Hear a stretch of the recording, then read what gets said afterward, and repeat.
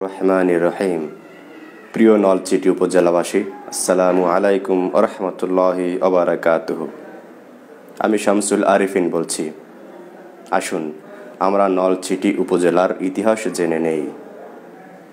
নলছিটি দক্ষিণবঙ্গের প্রাচীনতম উপজেলাগুলোর মধ্যে অন্যতম ঐতিহ্যবাহী একটি উপজেলা। নলখাগড়া নামক গাছ হতে বর্তমান নলছিটি নামকরণ করা হয়েছে। 1787 সালে রাজা রাজবল্লভ এর দৌহিত্র পীতাম্বর সেন শাহজাহানপুর পরগনার সুগন্ধা নদীর তীরে নলখাগড়া জঙ্গল পরিষ্কার করে একটি বন্দর তৈরি করেন। কালের স্রোতে সেই নলখাগড়া নাম হতে বর্তমান নলছিটি নাম ধারণ করেছে। সেই সময় নলছিটি একটি গুরুত্বপূর্ণ ব্যবসা কেন্দ্র হিসেবে গড়ে ওঠে। বিভিন্ন দেশ তথা চীন, বার্মা ও ইউরোপের বিভিন্ন দেশ হতে ব্যবসায়ীরা নৌকা যোগে এখানে আসত ব্যবসার কারণে। 1865 সালে রাজধানী ঢাকার পরেই এখানে পৌরসভা প্রতিষ্ঠিত হয়।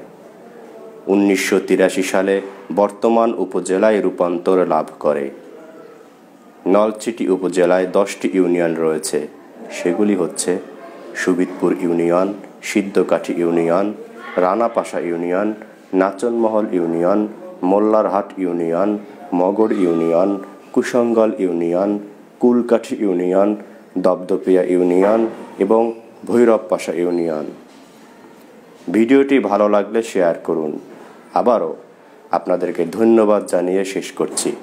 আসসালামু আলাইকুম ওয়া রাহমাতুল্লাহি ওয়া বারাকাতুহু।